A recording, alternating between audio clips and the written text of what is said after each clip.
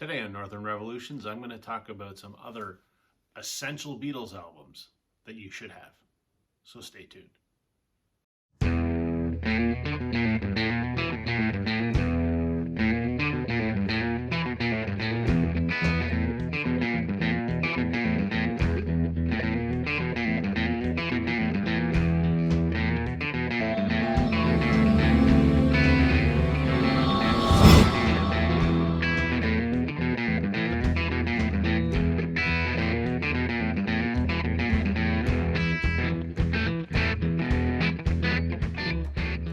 Hey, violent community, welcome to Northern Revolutions. I'm Rob. Welcome back if you're returning. Welcome if you're new. Today we're going to talk about the Beatles, one of my favorite topics.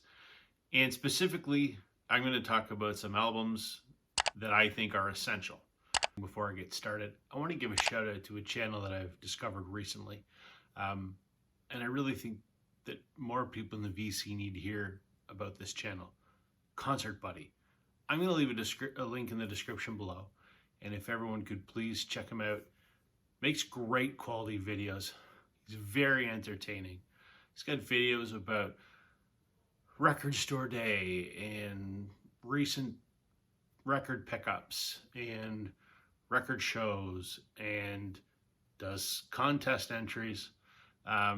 Just a generally great guy. So please, if everyone could check out Concert Buddie. He's a new channel, January of this year, same as myself. Let's see if we can help him grow. Also, don't forget that I am running my first ever vinyl community contest. It's called the Northern Revolutions Get to Know You Contest. I'll leave the link up here somewhere.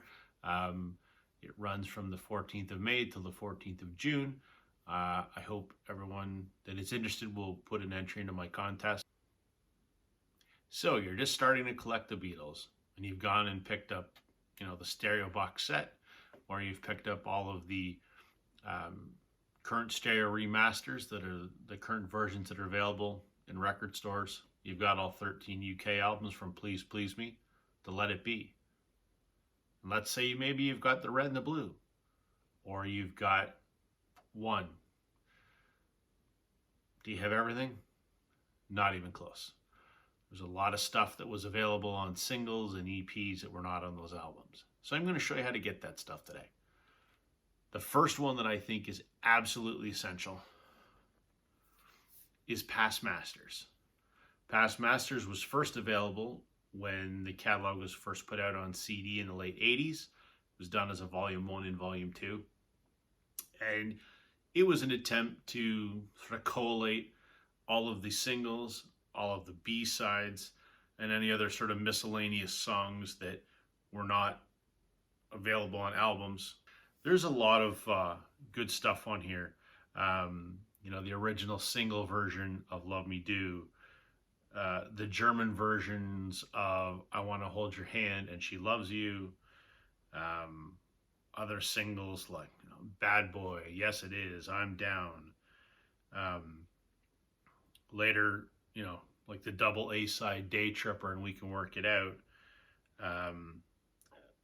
Other singles like Old Brown Shoe, You Know My Name, Look Up My Number. Just stuff that wasn't available on albums. There is also something called Mono Masters, which is almost identical compilation, but there's about 4 or 5 songs that are different. And there are a couple that are not available on Mono Masters, like You Know My Name, Look Up My Number. The only place you'll find that on vinyl is on Past Masters. So I have Mono Masters as well. It's great. But from a sort of completist standpoint, get Past Masters. The next record that I think is absolutely essential is the Beatles Live at the BBC. This is how it looks now. This is the version from 2013. It originally came out in the 90s and looked like this. This was 2 LP. The 2013, they spread it out over 3 LPs, but it's the same content. Why I think Live at the BBC is essential? Well, it contains about half of the records are live performances of early Beatles songs that they recorded, obviously live on the BBC. A lot of stuff that appeared on their early albums. That's wonderful, and it's great because they are live recordings, and I love live recordings.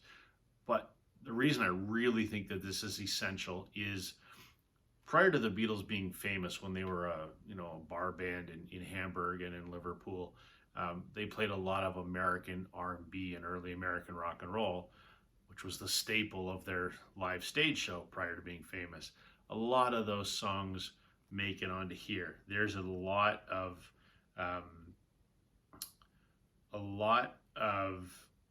stuff that you can't get anywhere else. There's actually 30 songs on here that it's the only place you'll ever find the Beatles doing versions of those songs. So for that alone, I think this is absolutely essential. As I mentioned, the current version of Live at the BBC came out in 2013, but originally it was the early 90s. I want to say like 94. When the repress came out in 2013, it was to coincide with Volume 2 of Live at the BBC. It's good. It's not as good. I believe there's only like half a dozen songs in here that you can't get anywhere else. It's a ton of live performances. Like there's 40 some odd live performances of songs that are available elsewhere. So it's great from that perspective that it's live stuff. But in terms of songs that had never been released, I think there's only like half a dozen. So it's a nice compliment.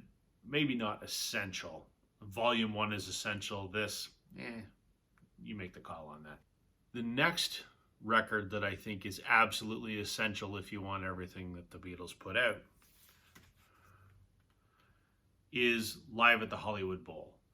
So this is the version from 2016. This was put out to coincide with the Ron Howard documentary 8 Days a Week. Originally this came out in the 70s and it looked like this. I actually much prefer this cover. I wish it was this cover with the other recording. So this record was originally recorded and produced by George Martin in the 70s. It was recorded in 64 and 65 and George Martin produced it and mixed it for an album in the 70s. It's from 2 of their Hollywood Bowl shows. The original recording from the 70s, not great. A ton of crowd noise. Anyone who's seen any Beatles concert footage knows it's just a bunch of screaming girls. Giles Martin, George's son, produced this remixed, remastered version. He did the best that he could to tone down the crowd noise and did a reasonably good job. It's still there, but not nearly as bad as the original. But the reason that I think that this is essential, it's an official release, number one, but it's an official release of a Beatles concert. I do like that this sort of documents, in reasonable quality, what a Beatles live show would have been like. So for that reason, I think that this is essential. Next on my list of essential Beatles is the anthologies. This is Volume 1, which starts from the sort of late 50s, before they were even the Beatles, to sort of Beatles for Sale. This is Volume 2, which goes from Help through to just after Sgt. Pepper. This is Volume 3, which goes from White Album till the end of their career. Why I think these are essential. Yes, there's a lot of outtakes and that kind of thing, but there's a lot of unreleased material on here that you can't get anywhere else. Specifically on Volume 1. There's a lot of stuff from before they were famous. Some of the stuff they did with Tony Sheridan. Just a lot of songs that you couldn't get anywhere else. That'll Be the Day, In Spite of All the Danger, which was their first ever recording. My Bonnie, Ain't She Sweet, Cry for Shadow, which was Tony Sheridan stuff. An early version of Besame Mucho. How Do You Do It, which was supposed to be which George Martin wanted to be their first single. a lot of stuff that you're just not going to find anywhere else. There's more of that on Volume 1, but even on Volume 2, there's a lot of unreleased stuff. Like, I should mention that Volume 1 and Volume 2 have the two new Beatles songs. So Volume 2 has Real Love, and Volume 1 has Free as a Bird. And those were demos that John had recorded before his death.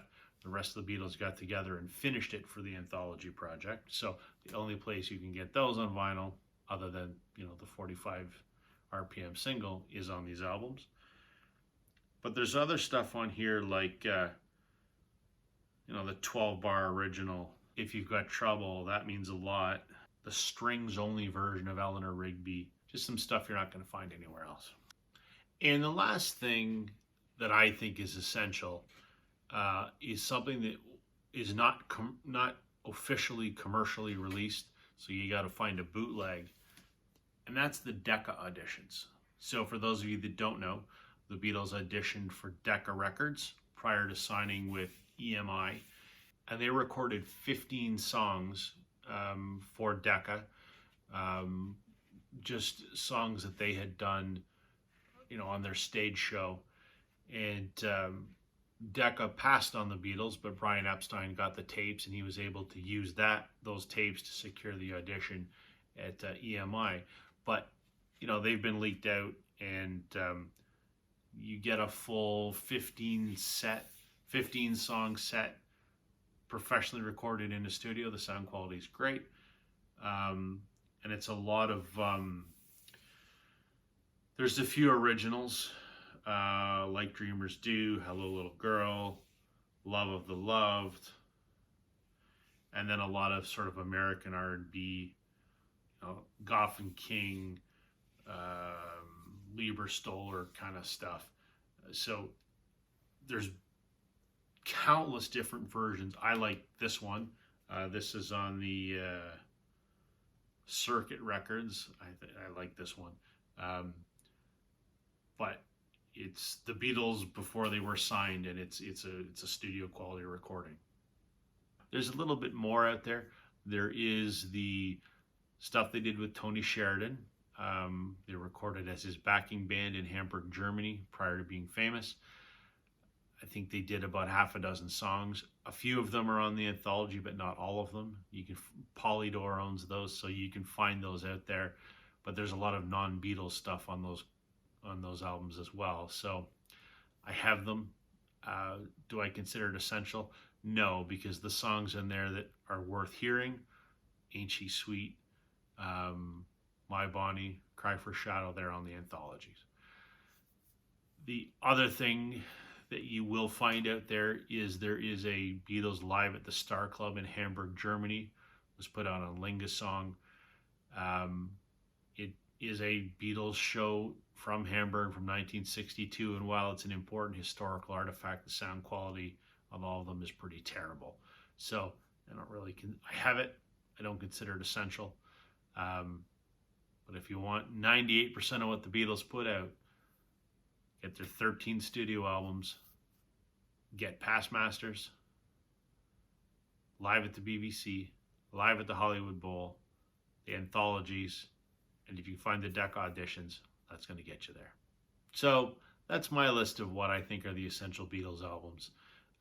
Let me know what you think. If you've got any others that you think I missed, let me know in the comments. If you've got any questions, let me know in the comments. That's it for me today, everybody. Catch you on the flip side.